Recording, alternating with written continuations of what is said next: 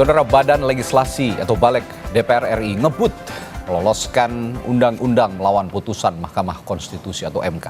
Tak seperti jelang Pilpres Februari lalu, masih teringat di benak kita semua saat DPR tak bergeming dengan putusan MK yang meloloskan putra sulung Joko Widodo melenggang jadi calon wakil presiden. Apakah revisi Undang-Undang Pilkada jadi akal-akalan Balek DPR untuk kembali menggelar karpet merah bakal calon kepala daerah tertentu atau menjegal partai politik tertentu mengusung calonnya? Kami akan membahasnya bersama ahli hukum tata negara Universitas Mula Warman Herdiansyah Hamzah yang tergabung dalam sambungan virtual dan Koordinator Nasional Jaringan Pendidikan Pemilih untuk Rakyat JPPR Randy Umboh. Selamat pagi Bapak-Bapak.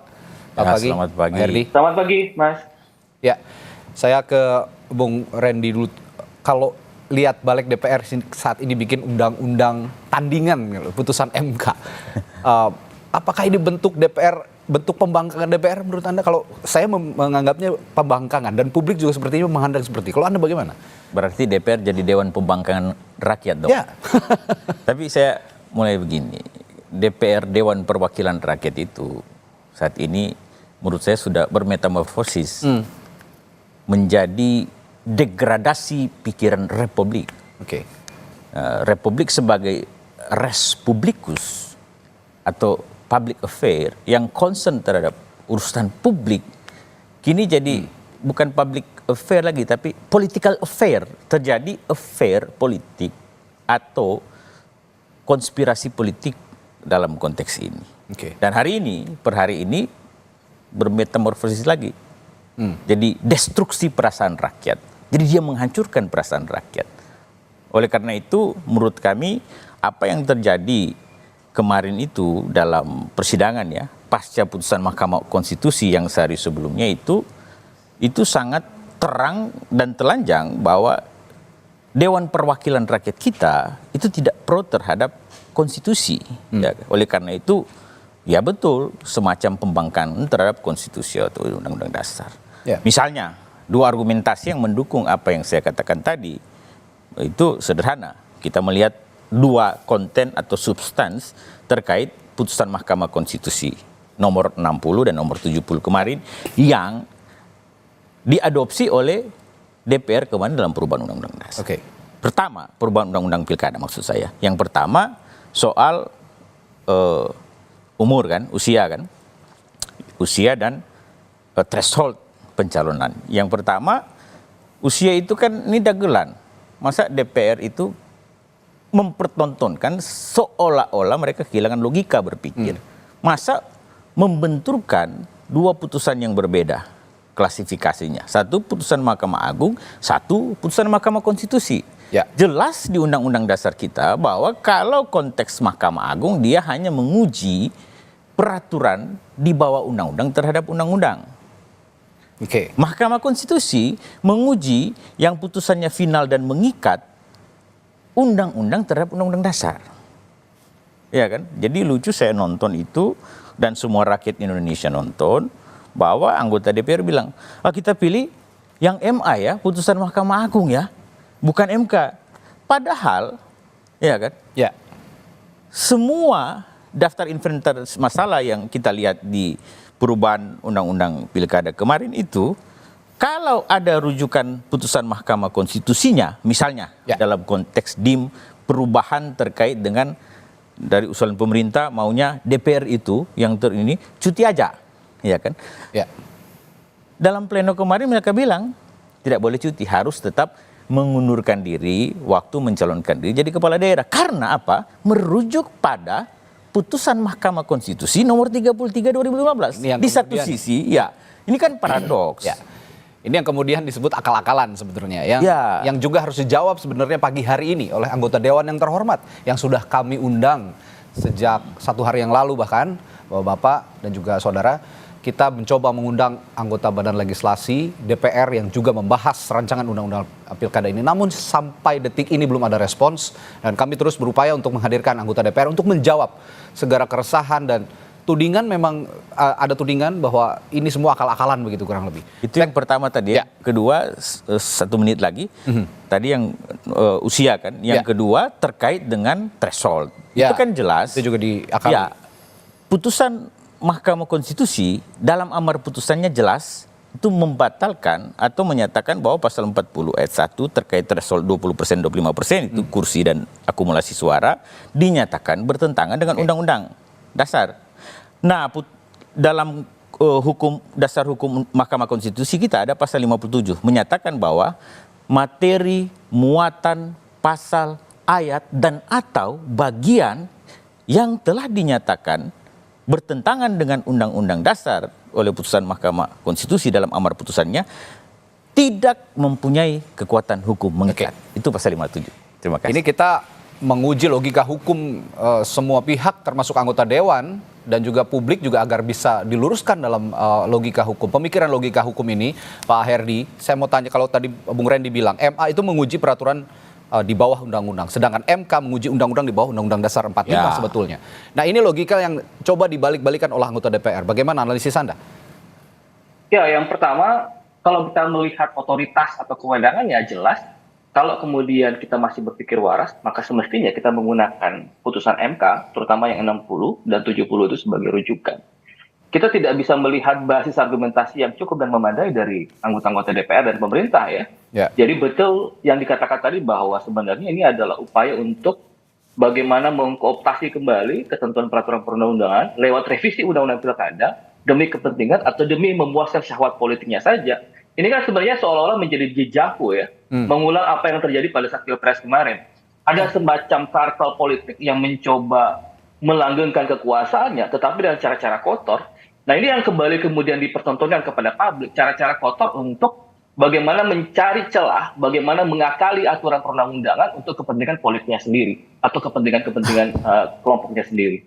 Yang kedua, apa yang disampaikan oleh Mas Randy tadi dengan menggunakan terminologi pembangkangan, sebenarnya bukan kata kami ya, itu kata MK sendiri. Ada satu putusan di MK, putusan nomor 98 tahun 2018, itu menyebutkan bahwa ketika putusan MK yang sifatnya final and binding itu diketuk palu, maka berlaku secara serta-merta atau erga omnes. Artinya, kalau kemudian putusan MK itu tidak dijalankan, maka MK sendiri menyebut itu sebagai bagian dari pembangkangan. Konsekuensinya apa?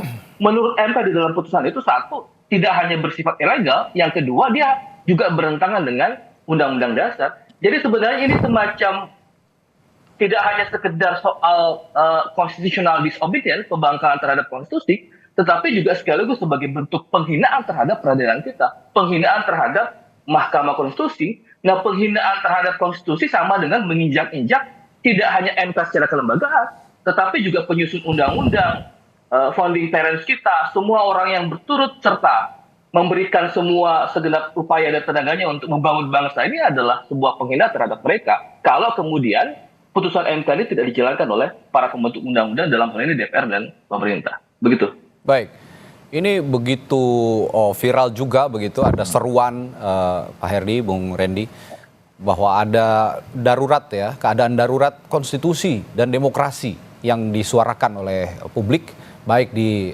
ranah media sosial maupun juga di ranah publik begitu kira-kira. Nah ini saya sih tidak menginginkan sebetulnya ini terjadi aksi besar-besaran 98, tapi sepertinya rakyat juga sudah jengah dengan kondisi-kondisi seperti ini. Pilpres lalu bahwa ada posisi pemerintah dan Presiden Joko Widodo yang bergeming sepertinya dengan adanya pada saat itu juga nilai akal-akalan ya putusan MK. Tapi sekarang juga malah responsnya seperti diam seribu bahasa. Responsnya juga mengambil langkah yang moderat sepertinya. Tapi kalau memang ini berpihak pada konstitusi, seharusnya pernyataan Presiden Joko Widodo juga tidak hanya menyatakan bahwa menghormati lembaga legislatif dan yudikatif, tapi lembaga yudikatif dalam hal ini MK. Bagaimana Anda melihat pernyataan, saya ke Bung Randy dulu, bagaimana pernyataan Presiden sejauh ini menyikapi putusan ataupun rumusan yang disebut akal-akalan DPR ini? Ya, saya dalam mengomentari itu kan kita ada rujukan historisnya kemarin 2024 pemilu kan, soal putusan 90 misalnya soal usia kan. Nah soal usia itu tidak disertai perubahan undang-undang. Nah soal pernyataan Presiden ya saya melihatnya bahwa memang ini sebenarnya ada kaitannya langsung dengan Presiden dalam konteks perubahan undang-undang. Karena memang kemarin kan ketika putusan MK diputus, sehari setelahnya langsung diadakan agenda perubahan undang-undang yang katanya itu sudah lama diinisiasi oleh pemerintah. Tapi yang menjadi pernyataan publik adalah kenapa yang kemarin itu waktu usia kan dirubah oleh putusan 90 terkait pencalonan presiden itu tidak dilakukan perubahan undang-undang. Kenapa? Karena memang konstruksi undang-undang Mahkamah Konstitusi itu ada pasal 47 yang disebut tadi oleh pakar kita, itu kan berlaku saat dibacakan pada sidang pleno yang terbuka secara umum, pasal 47. Oleh karena itu sebenarnya tanpa diikuti oleh perubahan undang-undang sekalipun sebenarnya amar putusan Mahkamah Konstitusi, materi, substansi, muatan atau bagian-bagian yang diputuskan Mahkamah Konstitusi termasuk dalam pertimbangan hukumnya itu berlaku dan mengikat semua pihak termasuk KPU. Dan itu yang diterangkan dalam putusan 70 terkait dengan usia sebenarnya. Yang walaupun amar putusannya kemarin kan DPR bilang amar putusannya menolak. Padahal kalau kita baca satu kesatuan pertimbangan hukum Mahkamah Konstitusi, di situ jelaslah bahwa soal usia dan umur itu walaupun tidak dijelaskan secara eksplisit pertimbangan Mahkamah Konstitusi tapi secara tafsir historis dan systematically itu sudah prakteknya bahwa yang dimaksud persyaratan itu pasti saat pencalonan proses dan bermuara pada penetapan pasangan calon dan itu berlaku semacam postulat itu kata Mahkamah. Postulat artinya sesuatu yang menjadi diketahui dan diterima oleh umum. Nah, kaitan dengan presiden tadi, saya rasa memang karena ini bersinggungan langsung dengan mungkin kepentingan-kepentingan apakah politik atau pemerintahan di akhir masa jabatan. Saya rasa begini, baiknya sebenarnya presiden kan menyelesaikan masa pemerintahnya dengan sangat baik sebenarnya. Tidak masuk pada wilayah-wilayah yang sifatnya tadi kan, sehingga mengomentari yang Pilpres kemarin lain, yang sekarang itu soal pilkada lain lagi. Tapi bahaya kita mengoreksi Raja Jawa ya kan, ini susah lagi kan. Ini lagi dibilang bahaya katanya kalau Raja Jawa sudah bertitah. Jadi ini bukan mengoreksi, tapi sebenarnya ini konstruksi berpikiran daripada kenegaraan kita. Hal yang sama saya tanyakan ke Pak Herdy. Bagaimana Anda mengomentari atau menganalisis apa yang terjadi, komentar yang diberikan pemerintah, terutama Presiden Joko Widodo pada saat Pilpres, pada saat itu sebelum Pilpres sekarang juga mengomentari rancangan undang-undang pilkada yang direvisi oleh DPR. Bagaimana? Ya, kalau kita lihat dari sudut pandang psikologi politik, ketika Presiden sehari setelah setelah pembahasan panja balik DPR yang mengobok-obok dan seolah-olah mengambil posisi menolak atau membangkang putusan Mahkamah Konstitusi, kan yang muncul adalah pernyataan yang terlalu moderat, bahkan cenderung melegitimasi apa yang sedang dilakukan oleh DPR. Artinya sebenarnya itu tidak mengherankan karena secara langsung ada kepentingan yang juga mengakomodasi apa yang diharapkan oleh Presiden Jokowi. Kan pasal 40 itu setelah diuji di Mahkamah Agung kemudian kembali diputuskan oleh Mahkamah Konstitusi, sebenarnya yang berkepentingan secara langsung kan ada anaknya Presiden kan. Kaisang dalam hal ini. Jadi kalau kemudian ada pernyataan Presiden termasuk juru bicaranya yang menyebutkan bahwa hormati semua lembaga, kalaupun ada masalah ketika revisi undang-undang dibawa ke MK dan lain sebagainya, maka sebenarnya kalau kita tangkap dalam psikologi politik tadi, ya pernyataan yang moderat bahkan cenderung melegitimasi sebagaimana yang saya sampaikan tadi. Padahal pernyataan yang sebenarnya tidak perlu kita herankan karena yang berkepentingan secara langsung terhadap putusan ini atau perubahan undang-undang pilkada ini adalah Presiden. Salah satunya Presiden ya. Ya, yang lainnya adalah barisan Presiden, ada Kim Plus dan lain sebagainya. Mereka yang berkepentingan terhadap bagaimana memblokade upaya terhadap putusan Mahkamah Konstitusi itu. Nah berbicara soal Presiden juga nih Pak Herdy, ada juga yang menganalisis pengembalian aturan ambang batas 20% kursi DPRD ini akan diajukan melalui pengesahan peraturan pemerintah pengganti undang-undang atau Perpu, yang mana ini bisa disahkan oleh Presiden. Loophole mana yang bisa, poin mana yang bisa menjadikan RUU ini disahkan kemudian ataupun MK ini dianulir ya, putusan MK ini sehingga menjadi Perpu?